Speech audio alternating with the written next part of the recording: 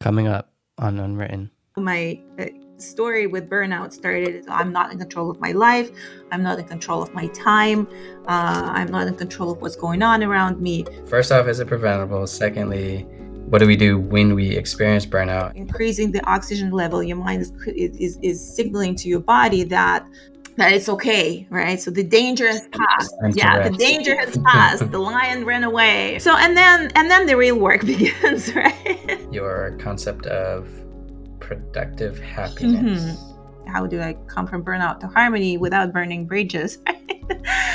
It's really a practice, and happiness is a practice. It's not like, oh, now I'll do this, and that. I don't think there is an end. Yeah, I don't think there is an end. Tell me who Victoria Mensch is and what moments growing up from your past have shaped the path leading to who you are today, and what passions drive you today. Right. Well, thank you, Thomas. Thank you for having me on your podcast. So, I am a Silicon Valley executive. My experience has mostly been in high-tech industry in Silicon Valley for the last 25 years. But originally, my roots are really in psychology. So I started my career as a psychologist. I have a Ph.D. in psychology, and then kind of moved to a corporate world of high-tech marketing. But so I saw firsthand how this can be a very rewarding experience and how it can be a very difficult experience in terms of burnout, in terms of a pressure to achieve, to perform, to innovate all the time. So, and now, having experienced that burnout myself throughout my career, I actually decided, and I found the way to get out of that burnout for myself. So this is my passion now, to share this experience with other people. So mostly high achievers who could take what I learned and the practices that I have and help them to create a more harmonious life. So that's where my passion is nowadays.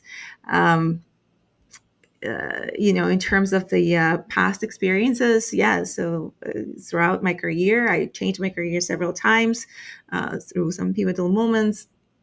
But when I'm looking back, I think most of it is really, I would describe what I currently know as a burnout. Does that answer your question, Thomas? A little bit. I want to know what made you even decide to get into psychology in the first place. What made you want to get a doctorate's degree in psychology and then go on to eventually get another MBA degree? Right. Well, I guess I've been fascinated with people. So that's one motivation. Another motivation is that I grew up in a family of engineers. So my parents are engineers, my grandparents are engineers, my sister is an engineer. And all my life I was asking them, so what is it that you do? How does it look like? Like, you go every day to work, what do you do there? And they couldn't explain to me, or maybe I couldn't understand that. So when I was choosing my career, out of high school, I guess one of the motivations was to choose something that's, quite the opposite of what my entire family was doing. And I found that psychology was kind of at the intersection of, at that moment, I thought it was at the intersection of uh, biology and human science. And that was fascinating for me. So that's how I chose it. And so then you got your doctorates, and did you work like in the medical field for any bit of time? Yes. So I worked as a counselor for some time, but very, how do I say it? Yeah. So it was very interesting for me. So I work as a counselor. I consult with the psychiatrist as well. Not as a psychiatrist, but as a psychologist, and also work with people in crisis. And I was very young. So yeah. So the part I guess that how my story with burnout started is that that was my first burnout. So in about a year, a couple of years, very quickly, I was burned out. As I know now, I learned a lot about psychology, but I didn't actually learn about um, how to protect myself, as I was working with people. So I took on a lot of their sorrows, right? So that was, yeah. Yeah.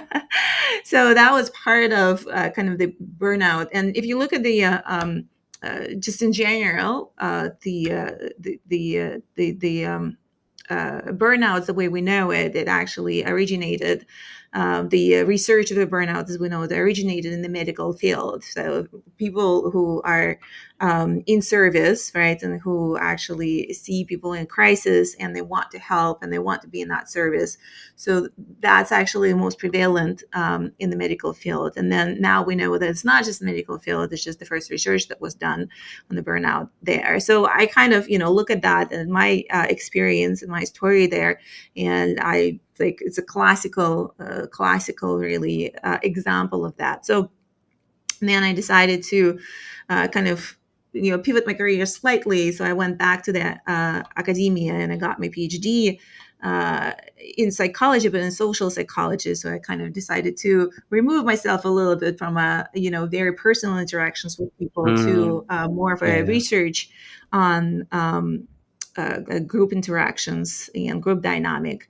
So, and then from there, I actually, for various reasons and under different circumstances, I actually moved to the corporate world, to marketing, which I found my Mm, background in psychology helped a lot, because at the end of the day, marketing is working with people, understanding their needs and their wants, mm, right, and kind of crafting yeah. the perfect product and perfect story for them. So it worked out well at the end. Did you say the end?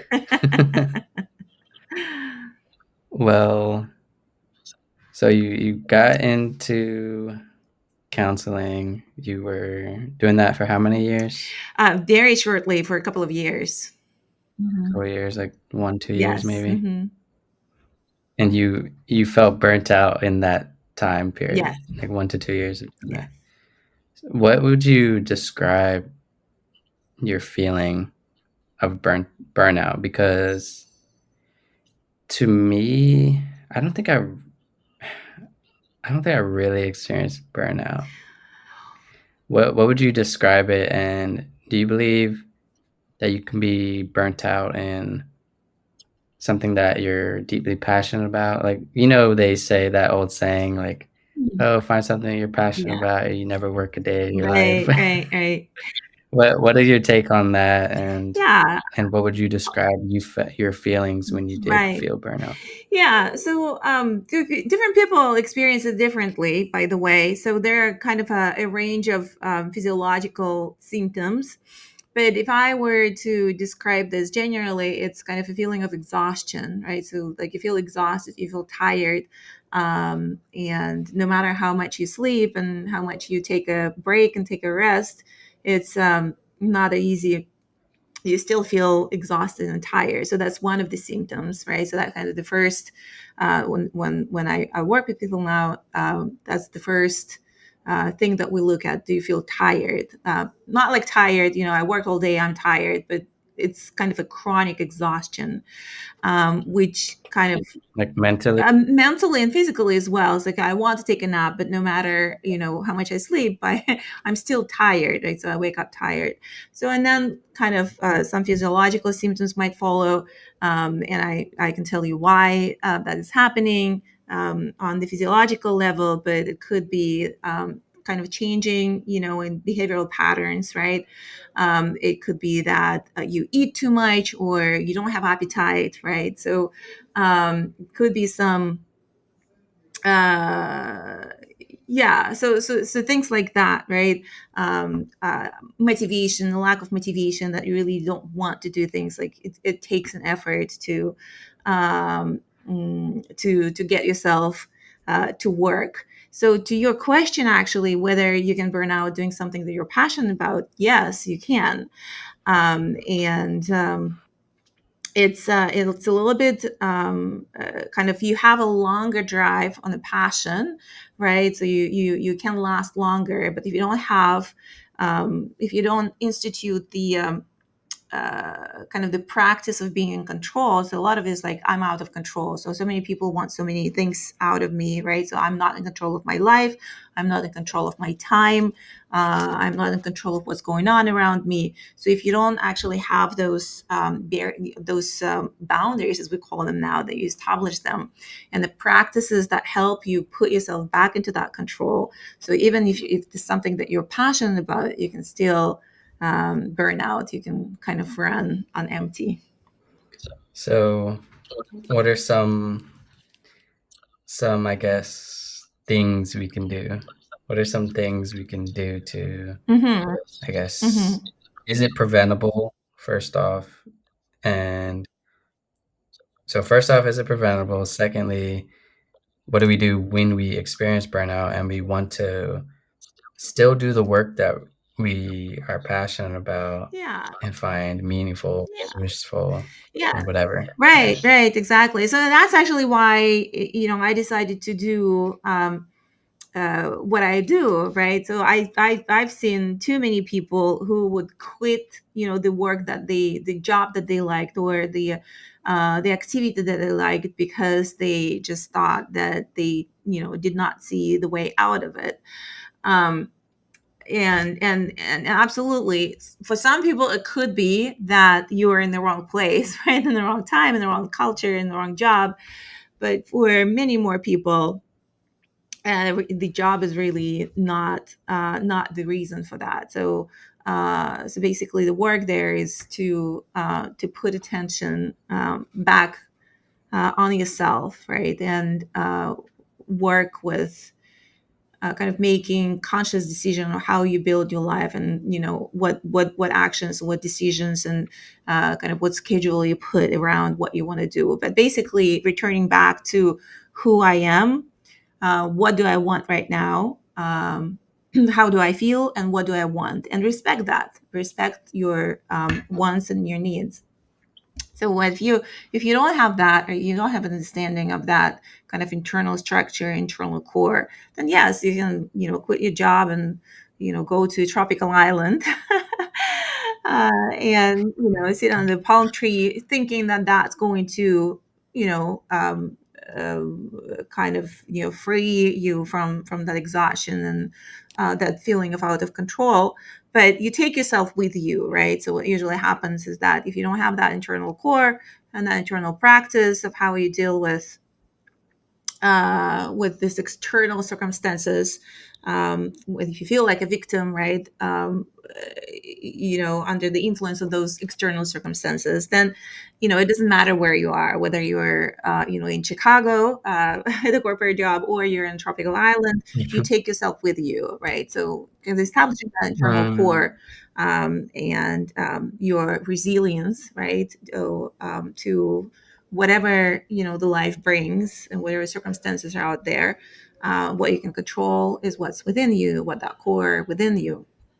So that's actually that's how you stay centered. That's how you stay true to yourself, and that's how you stay in control, and that's how you prevent, how you fight and prevent burnout. so, from your experience, most people lead to burnout because of a sense of lack of control, a sense of lack of boundaries surrounding work, and lack of personal self Yeah. care. So what usually the way I explain how this works is kind of like two levels, right? So fundamentally, those symptoms that I described, the exhaustion, um, your changes, like physiological changes. It could be anger. It could be some digestive issues. It could be like lack of sleep or sleepiness all the time. So overall, on the physiological level, burnout is a chronic stress reaction. So if you look at what stress is, there's actually a very useful mechanism for us, right? So it's kind of that's two levels. The first level is this physiological level. I call it the first aid for burnout. So what does that first level is you want to get out of that chronic stress pattern. So if you look at the kind of historically what that stress reaction is what we call fight or flight response, right? Like we know that there is a danger somewhere, there's a lion in bushes that's going to attack us, and in that particular moment, your body, your old reptilian brain, right? It says, okay, now I'm in survival mode, so I need to make a decision. Um, do I fight or do I run away, right? So, and that actually has, a physiological reason for that. The reason is that we want to survive. It's really driven by that survival mechanism.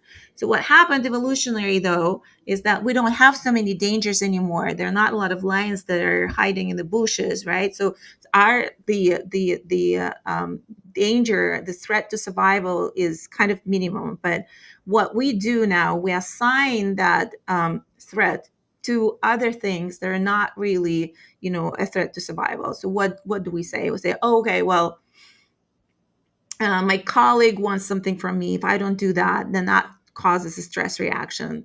I don't know. There's some wildfires in Australia, and koalas are dying, right? So that causes a stress reaction for me.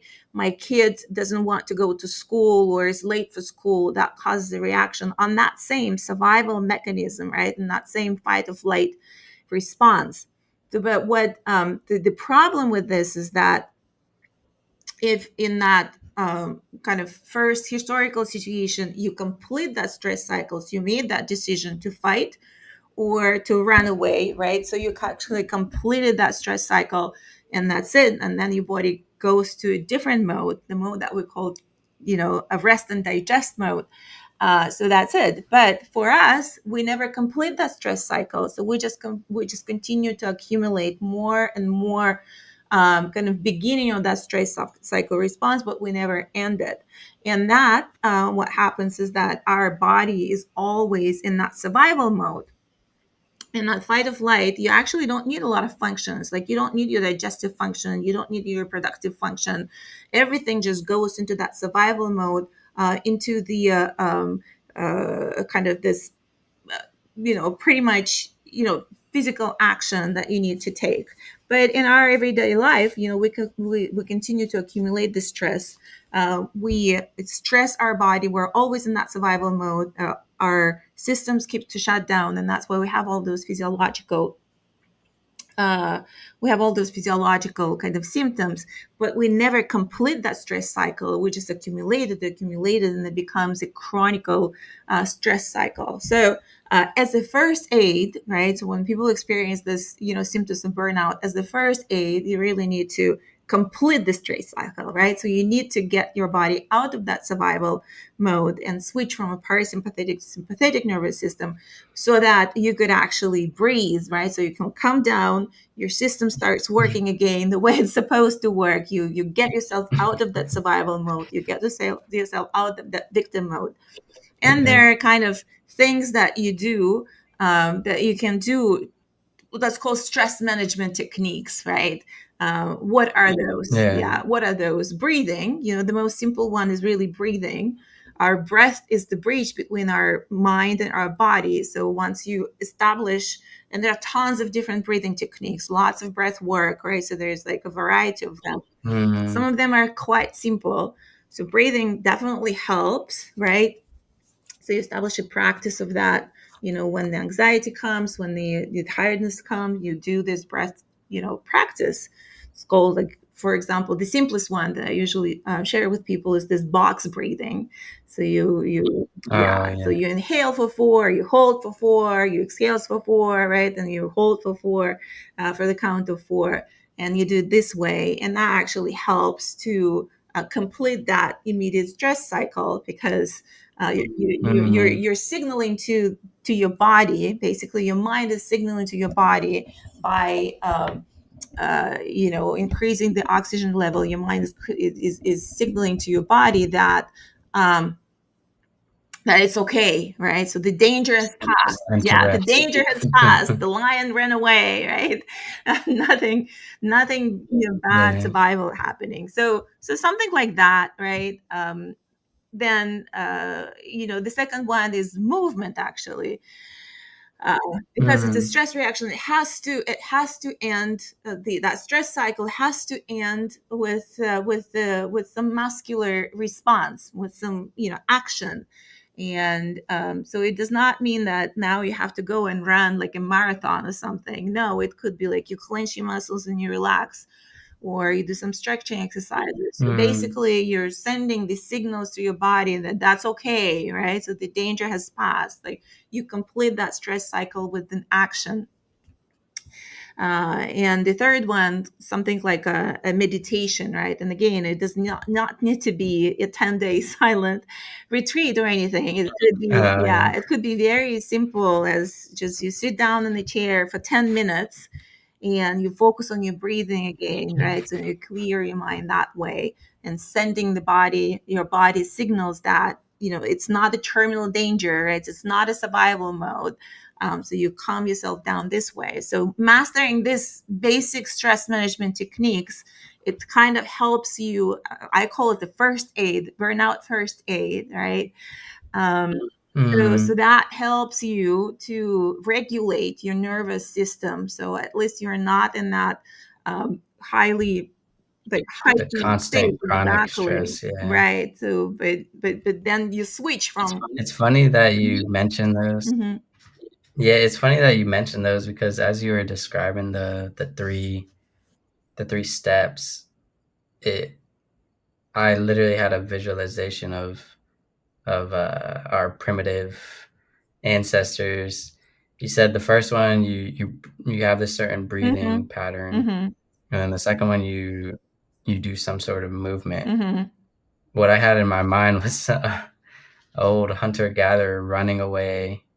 So he was physically running away, mhm.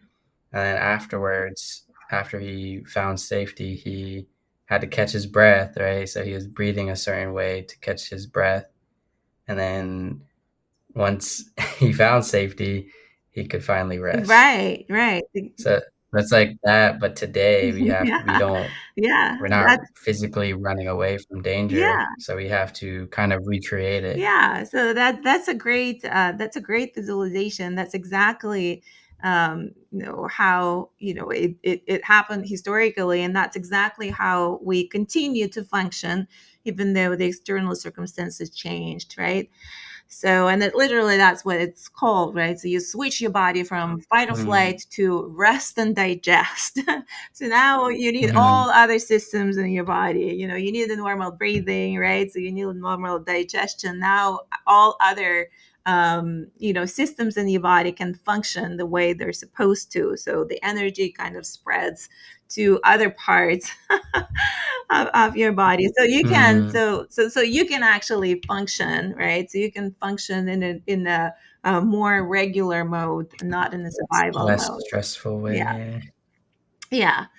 So that's why I call it first aid. So and I encourage everyone to practice and master the stress management techniques, right? So again, if the anxiety hits, if something happened and you feel really angry, right? Especially when it's anger, kind of that reaction that's hard to control, right? So the consciously, the aware way to do that is to go through one of these three buckets, and see which one will help Mm, to alleviate immediate symptoms, so that you could actually make a more considerate actions.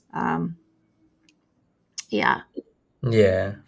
So after that, after we yeah, de-stress, how do we how do we find work-life yeah. balance? So and then the real work begins, right? Yeah. so um so that actually, and the reason why I take burnout, I mean, burnout is it's so there. So many of my colleagues and myself, I went through that, right? So many of my colleagues are going through that, and that's why I'm talking about burnout. It's just because it's so prevalent. It's almost like an Yeah. epidemic. It's like you're going through the motions of Right, chronic stress. right. And you can Yeah. call it, different ways. But for me, at least, from my experience and some of my colleagues as well, and my friends, burnout, you can look at this, it's almost like a canary in the mine, right? So it is a signal. There is a benefit to that. So everything can be turned into opportunity and into benefit, right? So you can look at it this way. But it's really a signal for you to make changes. Then what kind of changes? And for me personally, in my experience, self care was really fundamental. That was what changed the game for me, and that's what when I mentor people now who come to me with kind of this. Um, with these questions and asking for support in this, we really start with the self-care. And there's a lot of information right now about self-care, so lots of people think about it different ways. To me, what I think when I think about self-care, I think that it's it's like there are so many things that are happening around us now. As I said, there are probably something in politics that's going on. Maybe a neighbor, is not doing what you think he or she is supposed to be doing. Your kids, your work, there's so many external circumstances, and it's really not a lot of control that you have over those. But one thing that you can control is yourself, right? So you can make changes for yourself, for in your life. And that self-care, I kind of view it this way, right? So you cannot change your boss right away, but you can certainly change the way you behave and what you do. So for me, it was kind of turning that focus to myself and doing things that I like, I want to do, I like to do just for the sake of it, for the joy of it. Not because somebody is asking me to do that, not because I'm supposed to do this or it's useful or it's going to bring me, I don't know, return on investment or something. No, just doing things that for the sake of bringing joy to me. So there is a very simple exercise that I went through, but it was super insightful. I encourage everyone to go through this exercise, is to put together a list of 20 things that you like to do. When I, at the peak of my burnout, when I attempted to do this exercise, it actually took me more than a week to complete.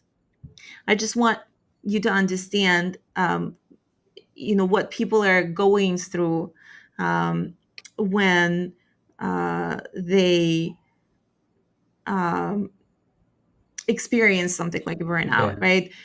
It's usually cumulative effect, but for me, I started putting number one, number two, number three, and I stopped.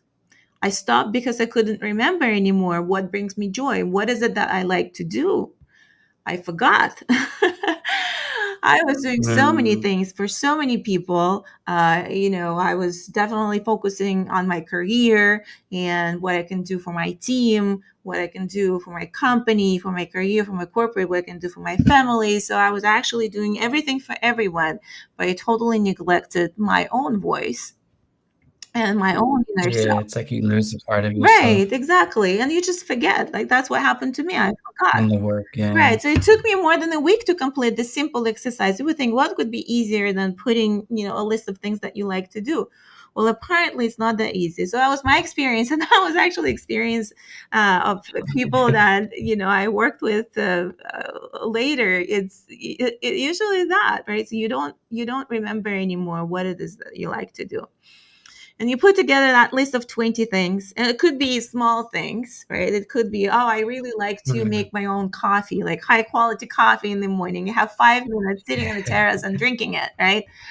Or it could Yeah. be like, well, I really, I remember times when I enjoyed playing tennis, or Uh, I really enjoy travel. So it could be kind of bigger things, but it could be very small things as well. I really enjoy walking in that park, or chatting with my friend, whatever that is for you, right? yeah. uh, Anything that you really want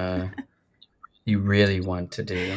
right, something that bring Like if you had yeah, all the free time in the world, right, like you have to like kind of set your mind free. exactly, And I think when you have this chronic stress, yeah, your your mind is is basically in a prison.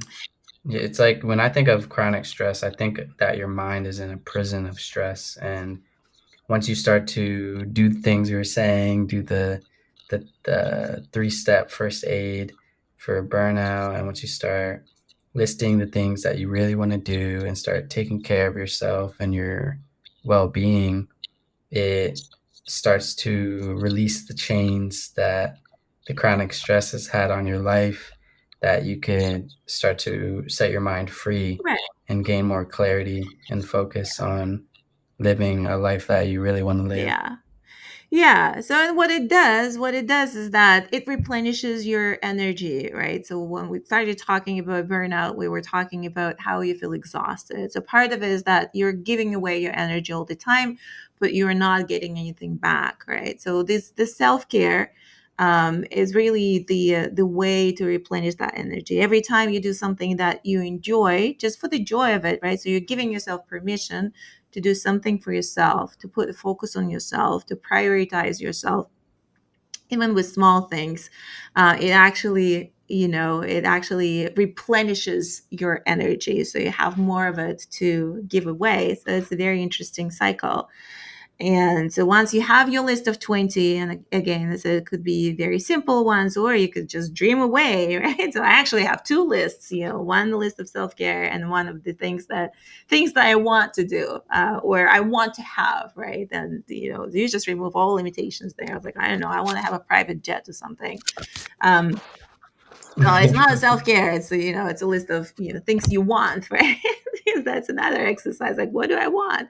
Yeah, Um, anything. Yeah. yeah, but for back to self-care, and then what you do is actually the discipline, right, of scheduling three of those activities uh, every day, right? So every day, you put three things from that list on your calendar, and you do them. And that's, for busy people, for executives, for founders, for entrepreneurs, for corporate professionals who are really busy, right? So it's like we live and die by our calendar. So you put them on the calendar, you do them that way. Mm. And then I started noticing, and I notice in my clients now as well, is that kind of you put this, and that's how, again, as I said, you replenish your energy. It's like, oh, suddenly, you see life differently. You have that 5 minutes in the sun, with the book in the middle of the day. It's like, oh, I'm in control of my life, right? So I carved out those 5 minutes. Nobody's going to suffer. Nobody's going to die in this 5 minutes. I carved out those 5 minutes. And that's 5 minutes. That's how I take control of my life. And that's how I, find kind of that energy and passion again in my life. And then you expand. You expand from there. More than that, you kind of start noticing that if something does not go right, like you're angry, or you have a disagreement with someone and you reacted in some unpleasant way. So the first question is not like, oh, what did they do wrong? The first question I ask myself is like, did I have my three things for self-care? How is my self-care today? Right. So, and more often Mm. than not, you can actually link it back. It's like, oh, yes, maybe something happened in the outside world that wasn't, objectively pleasant or unpleasant, just neutral, right? But my reaction to it, that, I got upset or I got angry, or I had some negative reaction, it's really stemmed not from from what happened, but from my lack of energy to stay in a neutral position, right? So to that my I lost control again because I did not have that self care. I did not Mm, replenish my energy to go yeah. on. Sometimes those reactive states, though, to me, require more energy. It's like, like for me, whenever I get into a frustrated state or angry state or reactive state, I think like it's just Yeah. exhausting. Like sometimes it takes more energy, even when you are like highly stressed out and you just want to react to everything. Sometimes it takes even more energy to do that, and it's easier to just let it go and not be so reactive. Right. So I agree with you. So those states, they are very draining. They do require a lot of energy, like anger, for example, or negativity. It's very draining. Um, for whatever reasons, it's easier to get into those because, as you said, it's a reactive state, right? So there's a stimuli from from the external world, and you just react to this. But at the end of the day, if you actually look back and you analyze it, is that it actually costs you a lot, right? It costs you a lot of productivity. It costs you a lot of emotional well-being. It kind of, these are very draining state. So that's the practice, right? The practice is that between the stimulus and Yeah. reaction, right? So that's why I love meditation. So as a practice, because Mm. that's where you learn that there is a gap, right, between the stimuli and the reaction. So that's how you practice that gap, that muscles. Like, oh, you can actually in this moment you can stop and think how you react after, right? So you can choose. That's your choice, that's your free will, right? So that's your control. You can choose what you do Yeah. next. You don't need to just react. So Do, that's why, do you yeah, so think that's why I love being practices like meditation. So I think that and that's where you practice in that gap. That's how you practice control. yeah, do you think what role do you think spirituality has in helping with chronic stress and Yeah, burnout yeah, and work and yeah. everything? So the thing is that for me it was really interesting and kind of unusual to step into this world. So when I was in that kind of emotional state of burnout, right, I discovered that this whole how do I say that, this whole new world of this old ancient really spiritual practices. And I met a lot of people from that world as well, who just, it's a different universe, right? They lived in different from where I was. But as I was kind of learning what they were teaching and what they were practicing, I thought that, oh, yes, maybe they're using a different language, and maybe there's a lot of skepticism in kind of our in my world around this. But if you remove all the noise and all this language, right, so you could actually see how useful these practices are. So part of my mission there is like, oh, how can I actually bridge that gap, between this world of kind of Mm, spiritual practices, right? Because they can be so useful for all of us, right? For people who kind of chose a more uh, uh, let's say traditional, professional career of achievement, right, and success this way. But we can actually use a lot of that to harmonize our lives, to make them not only successful but happy. So with the use of those tools, that's, I think it's it's really um, yeah, it's you said with the role of spirituality, mm. I think I it's think it really, helps ground yeah, us more. exactly. I think being spiritual. I think being spiritual is more beneficial than to someone who's not spiritual. That's just a personal opinion. Um, but yeah, I think it helps ground you. I think spirituality helps give you more clarity in what, like, exactly doing the practices, and it helps you give a bigger picture in life that puts you in this serving mentality Right. opposed to Right. self-serving. You're not necessarily selfish, but you have to take care of yourself so you can take care of other people. Yeah, so there are a lot of really interesting kind of ideas, right? In different, I say, school of thoughts. From the spirituality. Because spirituality is a very big word, right? So it actually encompasses so many different um, teachings, so many different schools, so many different masters, especially now, right? So there's like a whole range of different things that's there. But I think what's interesting in the spirituality is that what you said, that it is this bigger picture, right? So there's a meaning bigger than just your little eye, right? So the little eye, there's a big eye. So there's a meaning that's bigger than that. That really can ignite that interest, that passion, that meaning, the renewal of that purpose for us. So yeah, so we're on the same page there. Thomas. I want to know about your concept of productive Hmm. happiness. Right. So how do we practice Yeah, that? so it's pretty Yeah. much right. So I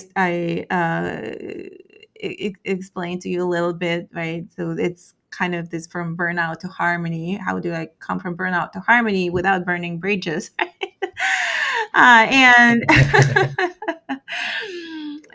so that's kind of this concept of productive happiness happened this way that when you are in that state of burnout, when you think that I cannot take one more day of that, right? So I really need to quit. And I work with people in that state. They're ready to quit everything, and they think that if they just take themselves out of the current situation, that's going to change somehow miraculously. It's going to bring them harmony and happiness and well-being. Usually that's not the case, right? So the case is that you take yourself out of that situation for a period of time. You go to that tropical island, right? So you spend a month, 2 months, sometimes 3 months, and then it's like, oh, it actually, and then you go back to your state because you didn't change yourself, right? So productive happiness is really that. Mhm. So the concept of productive happiness, that you can, right? You can change the situation without taking yourself, from that, from the situation. You can change your state, and you can change your life this way. So you can create that gap when you can actually look around and you can see, and you can take that next step, but from the more aware and conscious space, right? So and sometimes the answer is yes. I want to take myself out of the situation. I want to quit my career. I want to quit, this relationships, or I want to quit this lifestyle. Sometimes the answer is that. But more often than not, this is just a reaction to this, negative state, right? Or this, super stressful state. So in concept of productive happiness, how do you create that gap where I look at what's working, what's not working, how do I feel, and what do I want, and what steps I take to bring myself to that state of happiness and harmony, without Mm. without exploding of everything Or letting yourself go exactly. too far. Right, exactly. Yeah. Yeah, so that's the idea. How do you feel Yeah. about how do you feel about fulfillment? Like where does fulfillment fit in with productive happiness? Yeah, so we started talking about self care as one of the steps to kind of gaining control to that, right? So, and then there are other practices that we do, like a gratitude, for example. So, you actually, train yourself to pay attention to not what you don't like, but what you do like. and you kind of train yourself to notice these things and be in a state of gratitude. So that brings you, harmony, harmony into your world as well. And then, from that state, you can actually start thinking about what is it that I want, right? And that's where fulfillment comes in. What is it that fulfills me? What does harmony mean for me? How do I want to build my life? How do I want to create my life? So you're going from that victim mode to a creator mode, right? So I'm not just the victim of circumstances, but I'm Mm, actually moving myself into that creator world. And I start, and I'm exploring all those other things that I want to explore that would bring fulfillment to me. And it is a practice. So I think at the end of the day, yeah, yeah, at the end of the day, so it's really, daily. yeah, exactly. The baseline here, the punchline here is that it's not the end point, right? It's really a practice, and happiness is a practice. It's Yeah. not like, oh, now I'll do this, and that, I don't and think I'll there be is an end. happy, right? Yeah, I don't think there is an end. Yes, exactly. Well, there shouldn't be. Yeah, there shouldn't be contingencies on your Yeah, happiness. Like, you shouldn't tell yourself, I'll be happy yeah, when I have a mansion. I'll be happy when I have a Lamborghini or when I make $1 million. Like, you should start from a foundational place of fulfillment. yeah, And then if you want those things, then you could start working on those things, I think. right, right, exactly. There's, But don't place those things as a mhm. contingency for happiness. Yeah, so there's so much research that's being done, and more kind of data and information is coming, you know, um, that way that our kind of previous paradigm was that I'll achieve all those things and then I'll be happy, right? So I'll do this, and that, especially in the high achiever world, right? So I'll do this, I'll get good grades, I'll go to good college, I get a good car, I buy a house, I get a good career, I get a promotion, so on and so forth, and then I'll be happy, right? And there's more and more research being done, Mm. and more data that's coming in, is that it's actually almost the relationship almost reverse. Happy people are more successful than successful people. Not successful people is more happy. It's happy people are more successful. So that's one takeaway. But the second one is that I want to emphasize it one more time, is that happiness is really a practice. So this is something that you build for yourself, right? And what I like about this, that it's very empowering. When I actually got there, it's like, oh, all the power is to me.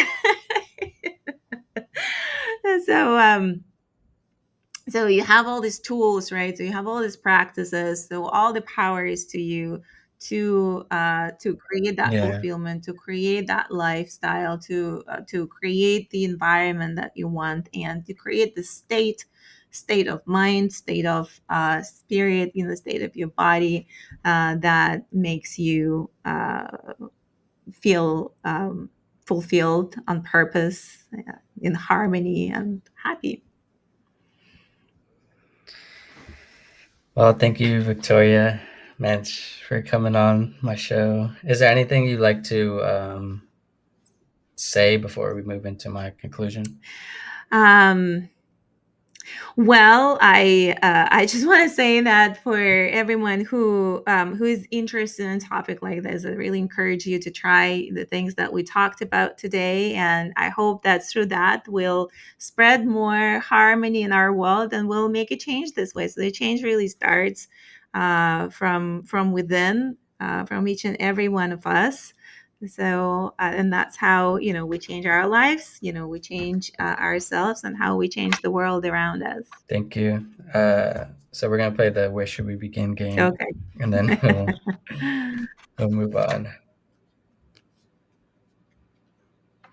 All right. Share something that you've kept a secret about. The worst date I've ever been on. The worst date.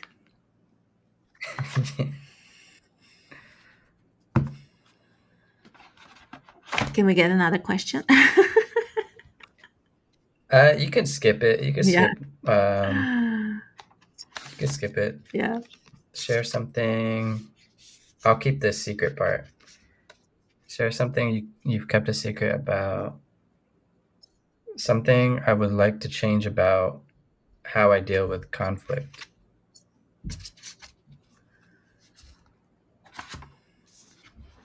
Something how I deal with conflict. Hmm. Yes. So for a long time, I avoided conflict. So Mm, yeah, so I would do anything and everything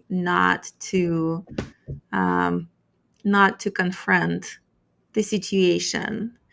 So I guess that, yeah. uh, So I guess that you're a runner. exactly avoiding this avoidance style, and it didn't serve me well. I'm the opposite. I like to I like to just get it over with. I like to like rip the band-aid off, rip it off. Yeah, Like that's me. I rather do that than I.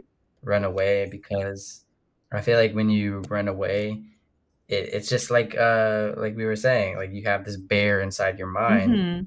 that you just created because you didn't embrace the Right. conflict. You kept running and but the bear's still there. Yeah. Well, in fairness, I think your approach is much more productive. uh, well, I guess how do you so since that's something you had to work on, Yes. how do you deal with that now? Yeah, so now I'm much more direct, right? So I recognize the conflict and I address it right away. So now I actually realize that that avoidance of conflict did not serve me well because it just accumulates, right? It accumulates. It doesn't really, Mhm. there are some And it turns situations that into resolve on anxiety. their own. So I think that's how I explained it to myself. It's Yeah. like, oh, some of them will just Uh, if you procrastinate long enough, then they'll just go away. it's it's just the worst gonna do itself by itself. And just let it be. Right, exactly. And then I actually realized that as a toxic pattern, right? And Uh, now I again, with awareness, once I became aware of this pattern, mhm, now I address it right away. But I also learned how to do it again in a more controlled manner, right? So I learned how to give mhm. feedback, how to formulate Yeah, my yeah. thoughts so that it's all how to mitigate the conflict in situation. So yeah. Mhm. Alright, my 5 final questions. My first question is, what is your biggest regret? My biggest regret, um,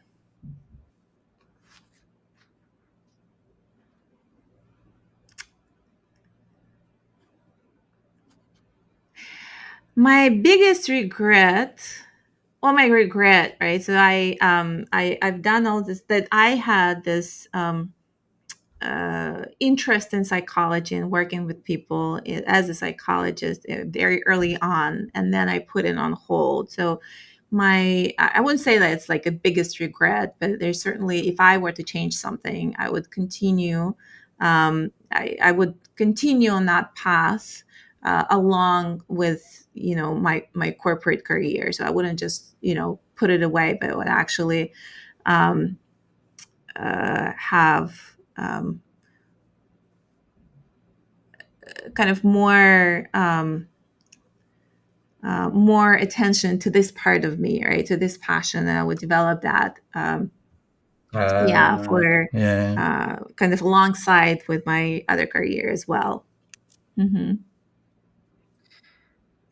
If there was so it's often when people don't have, like, a regret, I also ask them, if you were on your deathbed, what would something be that you would regret Hmm. deeply? Hmm. I think I would regret um, if I whatever, like if I didn't take chances. So how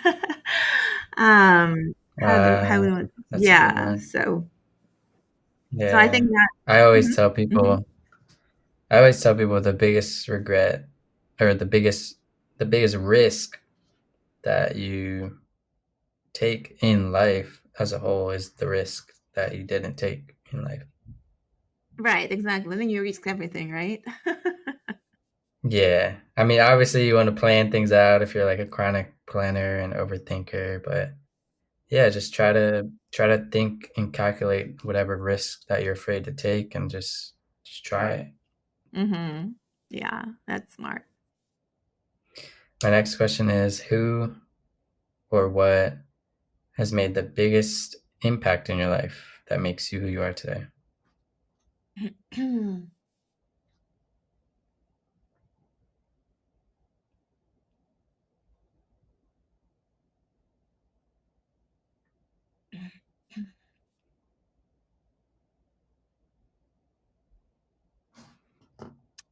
There's so many people actually. I learn a lot from people that I meet. Obviously, my family, my closest relatives, my family, my friends. They make a big impact.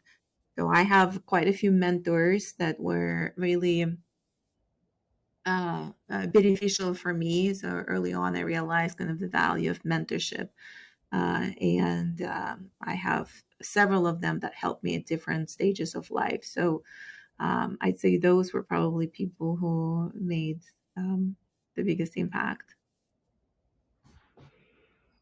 Is there any one person or no? Not really, no. Okay. My next question is what is one lesson that you had to learn the hard way? um, so the lesson I had to learn hard way. Well, I think it relates to what we talked about earlier about risks, right? So the lesson is about fear, right? So I learned the hard ways that a lot of things, like 99% of things that I'm afraid of, will never actually happen. So, but I would hold myself, like for some time, I would hold myself back. Mm, yeah. Yeah, because of those fears. But once I realized that those fears are actually an act of imagination, right? So they're not real. 99% of them are not real. So that's I'd say, yeah, that's what I say. So the lesson I learned hard way is kind of how to become fearless. I mean, I think fear is just it's an indicator of an area in our lives where we can grow. Right. So it's like what like the number one fear is like public speaking or something. And Hmm. it's like it like first you ask yourselves questions like, is this gonna kill me? Is speaking in front of 100 people gonna kill me? Like, no, it's not gonna kill you. And then it's like, do people like are people really gonna remember this? I mean, maybe if you make a crazy like I have a dream speech that but then what are you afraid of? You just inspire so many people, you know? Yeah. So it's like we create these fears and these constructs and we keep we keep fueling them, but in reality, half of them aren't even true. Yeah, it's interesting how we create. It's so much easier to create kind of negative scenarios in your mind, right? Mhm. Yeah, opposed to Rather than optimistic. positive, right? So once you Yeah. once you think about uncertainty in the future, in any situation of uncertainty, right? So you think about the future, then there's like myriad of different negative scenarios how it could go wrong, and only one how it would go right. I But think that's it's just back to our primitive brain, right? Because like we're just animals and we have to think worst case scenario because it could kill us. the So survival mode, right? So we're still in survival mode, amazingly. yeah. Well, my next question is if you had all the time and money in the world, what would you do or experience? Hmm. um, travel to different planets. Planets, really. Yeah. Yes. That's actually really cool.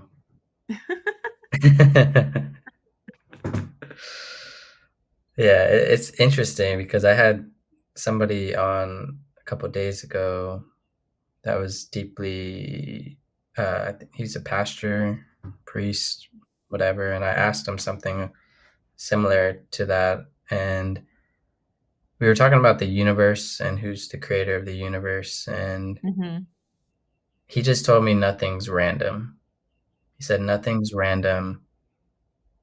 Things somebody had a plan for us. That's what he said. Mm. Mm. Hmm. So I don't know. And what do you think about it? I it's hard because it's like it could maybe it could be random. Like if you put certain like I literally it's weird because I just watched a video of this with my daughters um Hmm. about the Big Bang. Hmm. It was just a uh random basically random chemical reaction of all these different chemicals that were just floating gas, like a floating concoction of gas in space that and then there was a trigger from another death of a sun because I guess suns could either explode or they could turn into like white dwarfs. There was another trigger from another supernova explosion that triggered this Big Bang. And it's just weird because it's like when you think about it, the universe is infinite. It keep there it all the stars in the sun are in the sky are other suns that are just so far away and there's probably life out there and it's just infinite. So Yeah, how can it not be, right? So think of it, it's infinity out there, as you said. There's so mhm. many stars, so many galaxies, right? And through our even through our kind of astronomic whatever research and Galaxy, everything, yeah. we keep looking further and further and further, and we keep finding more and more stars and more galaxies. How can it not be that Mhm. there's not a life out there? Right? Could it be Yeah, that we don't recognize it as alive, right, due to limitations of our, senses, right? It could yeah, be, um, we're just not advanced enough to detect anything like that. But fundamentally, yeah, speaking of Big Bang and that everything is predetermined, fundamentally, it's a very deep philosophical question, right? That goes through yeah. centuries and centuries. What's first, matter or spirit? Right? And Uh, we talked a little bit yeah. about spirituality. So there's two two fundamentally I think different camps, right? my theory is it's all the same. I think when we I think when we pass, our consciousness gets dispersed back into the universe. Hmm. And whatever you want to call it, heaven, whatever spiritual label you want to put on it, I think that's my theory. I my theory is you die and your consciousness energy, the spirit energy that you accumulated throughout your lifetime gets dispersed back into the universe, and I don't know where it goes. Right, right. But it kind of gives, more meaning to life than just to think that, we lived in this Mm, body and the body died and this is it. There's nothing and out there. then that's you're Yeah, in limbo. yeah, yeah, exactly. So, See, that's what I think hell is. I think hell is limbo, where you die and you're just like stuck here, and you keep having to I don't know, relive the same life over and over. right, right. Yeah, it's interesting. It's There's just crazy. so much. Yeah, I mean, there's so much. It's, what I've been for a long time, I've been fascinated about, was it near death experiences and, documenting Oh the near yeah, death experiences. Fascinating, right? So people who were in that they were pronounced dead for like an they hour, died, and then yeah, they declared got dead, yeah. and then they came back and the experiences that they share. I mean, it's fascinating just to look at that kind of I and think it's open our, all unique and individual. yeah, and open our minds to kind of possibilities that are bigger than than what us. we currently accept. No, really, because it like it gets you thinking about like why are we having all these wars? Why are we always fighting? And then it helps you also let go of the little stuff. Like, oh, I'm so frustrated, but I'm just a small speck into the whole universe. Like, Yeah, exactly. It's like I look at this that I'm on like an infinite, whatever energy being, right? the Then it definitely well, gives you a different Victoria. perspective. Yes. No, I like how we share the same Yeah. uh, outlook on the universe. I like talking about the universe, but but I could talk about it forever. is there any last insights or anything you'd like to share about your journey that you want to resonate with the audience? Yeah. No, I thank you very much for having me here, Thomas. It was a really interesting discussion, and I think it became even more interesting in the end. So maybe we take another one about the universe, right? But in general, yeah. So I think that the what I want to say is that kind of from the inside perspective is that we have much more power than we think we have, right? So and all this power is really inside us, right? So through the practices, through um, through this kind of awareness and conscious work, there's just so much we can create for ourselves. Yeah. Is there anywhere you want people to go check you out?